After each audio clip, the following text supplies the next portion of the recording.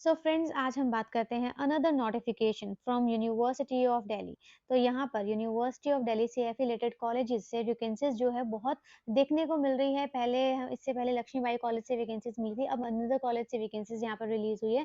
तो यहाँ पर जो वैकेंसीज है 7 सीबीसी के अकॉर्डिंग सैलरी स्केल रहने वाला है, परमानेंट वैकेंसीज ये रहेगी, जिसमें हम डिटेल्स हमको आपको क्लियर करेंगे। इस नोटिफिकेशन के बाद हम सेकंड नोटिफिकेशन की तरफ भी मूव करेंगे, जिसमें नॉन टीचिंग वैकेंसीज के बारे में बात की गई है। वो भी यूनिवर्सिटी ऑफ दिल्ली से एफिलिएटेड कॉलेज से ही रिक्रूटमेंट है, वो भी अपॉर्चुनिटी आप सबके लिए अच्छी है। तो एक और चीज़ मैं आपसे जानना चाहती हूँ कि अगर आप नॉन टीचिंग के लिए भी इंटरेस्टेड हैं, नॉन टीचिंग वैकेंसी नोटिफिकेशन के बारे में भी जानना चाहते हैं, तो कमेंट बॉक्स में मेंशन कर सकते हैं, ठीक है? सो यहाँ पर हम फर्स्ट नोटिफिकेशन को कवर करने के बाद सेकंड नोटिफिकेशन की तरफ मूव करेंगे, तो वीडियो लास्ट तक रन करिएगा। दोनों को लिंक्स अभी एक्टिव हो चुके हैं।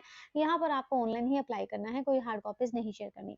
तो फर्स्ट नोटिफिकेशन जो मैं आपको बताने जा रही हूँ, यहाँ पर कॉमर्स में टोटल वैकेंसीज़ हैं यहाँ पर 5, इकोनॉमिक्स में वैकेंसीज़ रहेगी 2, हिस्ट्री में रहेगी 4, पॉलिटिकल साइंस में 2 वैकेंसीज़ है, पंजाबी में रहेगी 1, संस्कृत रहेगी 1, उर्दू में रहेगी 1, टोटल वैकेंसीज़ 16 है यहाँ पर। वैकेंसीज़ रिलीज़ हुई है दयाल सिंह इवनिंग कॉलेज से रिक्रूटमेंट, यहाँ पर यूनिवर्सिटी ऑफ दिल्ली से एफिलिएटेड कॉलेज रहेगा। 28 फरवरी को नोटिफिकेशन रिलीज़ हुआ था, 21 मार्च तक आप इसमें ऑनलाइन अप्लाई कर सकते हैं, ठीक है? तो अप्लाई करने के लिए इस लिंक पर आप जाइएगा, वहाँ से डायरेक्टली आप अप्लाई कर सकते हैं। पहले कुछ ग्लिच चल रहा था यहाँ पर, क्योंकि उसकी वजह से फॉर्म्स नहीं फिल हो पा रहे थे, तो बहुत से कैंडिडेट्स को इश्यू भी था, क्वेरी भी उनकी आई, हम कैसे अप्लाई करें, अभी अप्लाई नहीं हो पा रहा है या मुझे नोटिफिकेशन ही विजिबल नहीं है। बट अभी यहाँ पर सारी चीज़ें आपको क्लियरली विजिबल हो जाएगी, इजीली आप अप्लाई भी कर पाएंगे। क्वालिफिकेशंस को ड्रॉप करते हुए हम आगे चलते हैं यहाँ पर सिलेक्शन क्राइटेरिया को लेकर, क्योंकि क्वालिफिकेशंस के बारे में आप सबको पता है।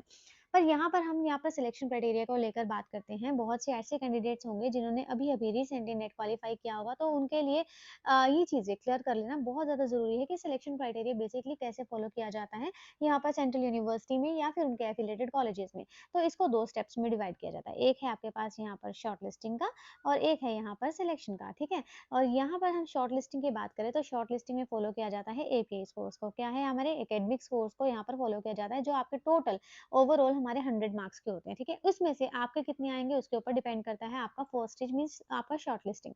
तो आपके 100 मार्क्स से अगर आप कितना अचीव कर पाते हैं, वो डिपेंड करेगा कि आपने ग्रेजुएशन, आपकी पीजी, आपके एमफिल अगर आपने किया है, या आपकी पीएचडी या आपका नेट, नेट प्लस जेआरएफ, इन सब के आपके उसके मार्क्स रहेंगे। उन मार्क्स के बेसिस पर आपको शॉर्टलिस्ट किया जाता है, ठीक है? अब यहाँ पर हम बात करें तो कितने मार्क्स वालों को कॉल किया जाएगा इंटरव्यू के लिए, तो यहाँ 50 लिखा हुआ है और यहाँ पर 5 मार्क्स का रिलैक्सेशन लिखा हुआ है। तो अगर आपके एपी स्कोर्स 50 हैं और अगर आप जनरल कैटेगरी या ओबीसी से हैं, तो आप इसमें अप्लाई कर सकते हैं। मतलब आप एलिजिबल हो जाते हैं शॉर्ट लिस्टिंग के लिए, आपके यहाँ पर नाम आ सकता है, श्योरिटी नहीं है, आ सकता है, ठीक है? अगर आप रिजर्वेशन कैटेगरी से आते हैं, तो यहाँ पर आपको 5 मार्क्स का और रिलैक्सेशन दिया जाता है, यहाँ पर 45 आपके लिए हो जाते हैं। मीन्स अगर आप यहाँ पर 45 हैं और यहाँ पर मतलब मिनिमम 45 माँगा हुआ है, बेसिक अगर हम क्लियर करें तो minimum 50 for general and OBC and minimum 45 for हमारे रिजर्वेशन कैटेगरी, यहाँ पर ओबीसी के साथ ईडब्ल्यूएस भी आएगा, ठीक है? सो यहाँ पर ये चीज़ क्लियर हो जाती है। अब एक और चीज़ यहाँ पर मैं सेकंड केस की बात करूँ कि यहाँ अगर आपके पास 50 या 45 मार्क्स आपके हैं, अगर दोनों कैटेगरी की बात करें, तो यहाँ क्या आपको यहाँ पर इंटरव्यू के आने के चांसेस हो जाते हैं, कॉल आने के चांसेस हो जाते हैं?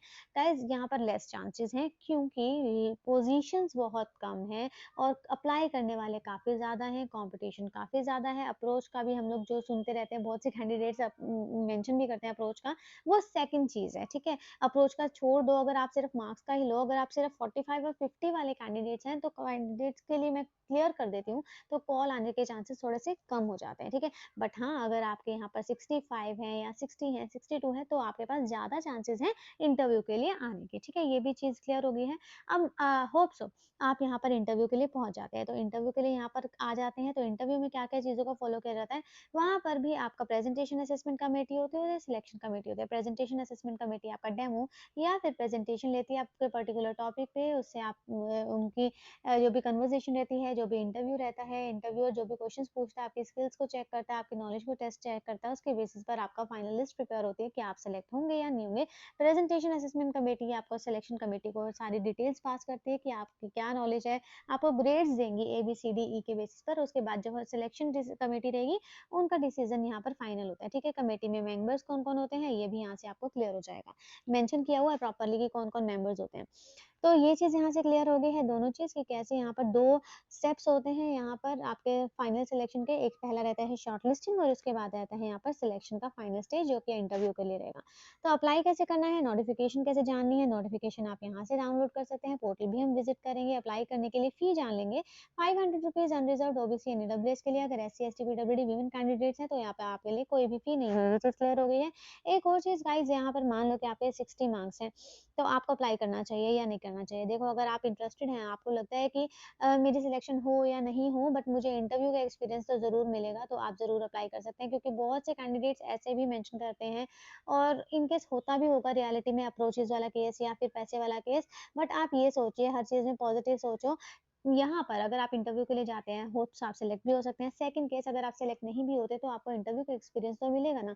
जितना ज़्यादा आप इंटरव्यू फेस करते जाएँगे, उतना ही ज़्यादा आपकी हेजिटेशंस भी मूव होती रहेगी और आप यहाँ पर बहुत फ्लुएंट हो जाएँगे कि हाँ, अगर आपका कोई इंटरव्यू सामने वाला है, आपसे कोई भी क्वेश्चन्स पूछ रहा है, तो आपको इस पे कमांड है, आप इज़िली इसको फेस कर सकते हैं। इन केस आपको कोई क्वेश्चन नहीं भी आता, तो भी आपको समझ आ जाएगा कि हाँ, उसको आपको उस पर्टिकुलर सिचुएशन को कैसे फेस करना है। ठीक है, मेरी ये पर्सनल सजेशन है, अगर आप इंटरेस्टेड हैं, अगर आपको लगता है एलिजिबल भी हैं, अगर आपके मार्क्स, एपी स्कोर्स अच्छे हैं, तो आप ज़रूर अप्लाई करिए। ये मत सोचिए कि सिलेक्ट होंगे या नहीं होंगे, आप अप्लाई ज़रूर कर दीजिए, ठीक है? इवन यहाँ पर काफ़ी कैंडिडेट्स के लिए तो कोई भी फ़ी नहीं भी है, तो भी काफ़ी अच्छा अपॉर्च्युनिटी आप सबके लिए हो जाती है। तो ये सारी नोटिफ़िकेशन की मेन-मेन डिटेल्स मैंने अपनी तरफ से क्लियर करने की कोशिश की है। अब चलते हैं इनके पोर्टल पर, ये भी देख लेते हैं कि नोटिफ़िकेशन कैसे डाउनलोड करेंगे। cedu.ac.in पेज को स्क्रॉल डाउन करें, यहाँ पर अपॉइंटमेंट एंड वैकेंसीज़ वाला पोर्टल मैंने ओपन किया है। एडवर्टाइज़मेंट जो फर्स्ट लिंक आपको विज़िबल है यहाँ पर परमानेंट बेसिस पर, इस पर प्रेस करिएगा, नोटिफ़िकेशन आप इज़िली गो थ्रू कर सकते हैं। अब चलते हैं पोर्टल पर जहाँ से आप अप्लाई करेंगे। वैसे उसको विज़िट मैं नहीं करवाऊँगी क्योंकि वो डायरेक्टली वेबसाइट पर मैं आपको लिंक प्रोवाइड कर दूँगी, वहाँ से जाके आप अप्लाई कर सकते हैं।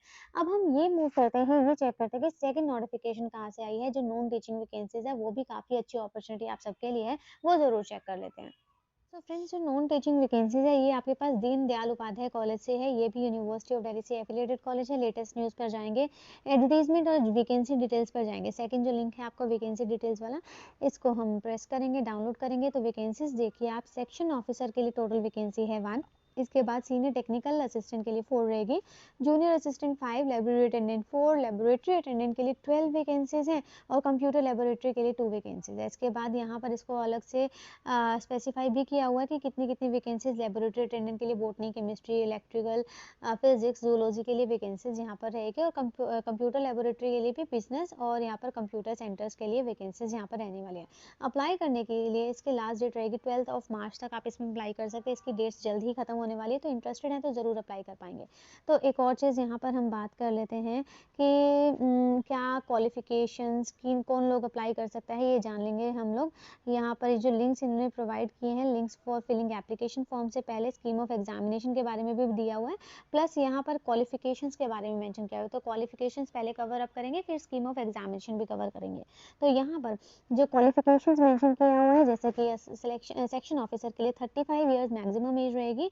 यहाँ पर ग्रेजुएट्स वाले अप्लाई कर सकते हैं और डिप्लोमा 6 मंथ का होना चाहिए, कंप्यूटर सर्टिफिकेट्स ये डिज़ायरेबल में है, अगर आपका एक्सपीरियंस है तो भी आप इसमें अप्लाई कर सकते हैं, ठीक है। एक और चीज़ यहाँ पर डिज़ायरेबल है, ये एसेंशियल नहीं है, ठीक है। एसेंशियल में सिर्फ मेंशन किया हुआ है graduation.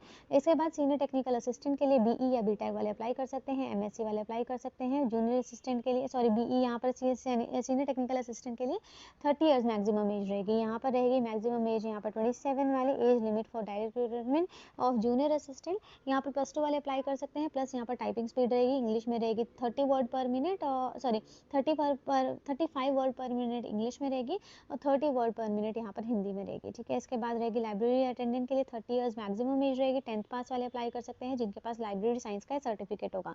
Laboratory attendant 30 years maximum age रहेगी, 10th पास वाले अप्लाई कर सकते हैं। कंप्यूटर लेबोरेटरी अटेंडेंट यहाँ पर 30 ईयर्स मैक्सिमम एज रहेगी, 10th पास वाले इसमें अप्लाई कर सकते हैं। चीज़ें क्लियर हो जाती हैं यहाँ पर क्वालिफिकेशंस के रिगार्डिंग भी। स्कीम ऑफ एग्जामिनेशन अगर आप यहाँ पर जानना चाहें तो एग्जामिनेशन किन किन वैकेंसीज के लिए रहेगा, जैसे कि सेक्शन ऑफिसर के लिए यहाँ पर पेपर 1 पेपर 2 रहेगा, इसके डिटेल्स यहाँ पर आप क्लियर की हुई है। पेपर 1 300 मार्क्स का रहेगा, पेपर 2 200 मार्क्स का रहेगा। सिलेबस भी इन्होंने यहाँ पर प्रोवाइड करके दिया हुआ है, ठीक है? इसके बाद यहाँ पर आप चेक करना चाहें कि सीनियर टेक्निकल असिस्टेंट के लिए यहाँ पर पेपर 1, पेपर 2 स्किल टेस्ट भी रहेगा फॉर 50 मार्क्स का टोटल यहाँ पर ये ड्यूरेशन रहने वाली है, इसका भी सिलेबस इन्होंने प्रोवाइड करके दिया हुआ है। इसके बाद यहाँ पर आप चेक करना चाहें जूनियर असिस्टेंट के लिए भी पेपर 1, पेपर 2 रहेगा, टेस्ट के कंपोनेंट्स भी यहाँ पर प्रोवाइड किए हुए हैं, यहाँ पर सारी डिटेल्स इन्होंने बहुत अच्छे से क्लियर करके दी हुई है। सो आई होप ये इन्फॉर्मेशन भी क्लियर हो गई है। पहले हम लोगों ने टीचिंग वैकेंसीज को कवर अप किया, फिर हम लोगों ने नॉन टीचिंग वैकेंसीज को कवर अप किया। इससे पहले एक और चीज़ मैं यहाँ पर एंड करूँ, यहाँ पर एक और चीज़ मैं बताना चाहती हूँ। इससे पहले कल ही मैंने पॉडकास्ट अपलोड किया है, और वो जो पॉडकास्ट है वो किसी एक पर्टिकुलर पर्सन, किसी एक पर्टिकुलर करियर को लेकर नहीं है, वो पॉडकास्ट सभी के लिए है। क्योंकि ये जो स्ट्रेस, ये वर्ड जो मैं लिख रही हूँ ना, स्ट्रेस हम हर किसी की लाइफ में आता है कहीं ना कहीं। कैसे चाहे वो एग्जाम स्ट्रेस है, चाहे वो लाइफ में किसी सिचुएशन को हैंडल करने के लिए कोई भी चीज़ है, तो उसको हम कैसे हैंडल करें।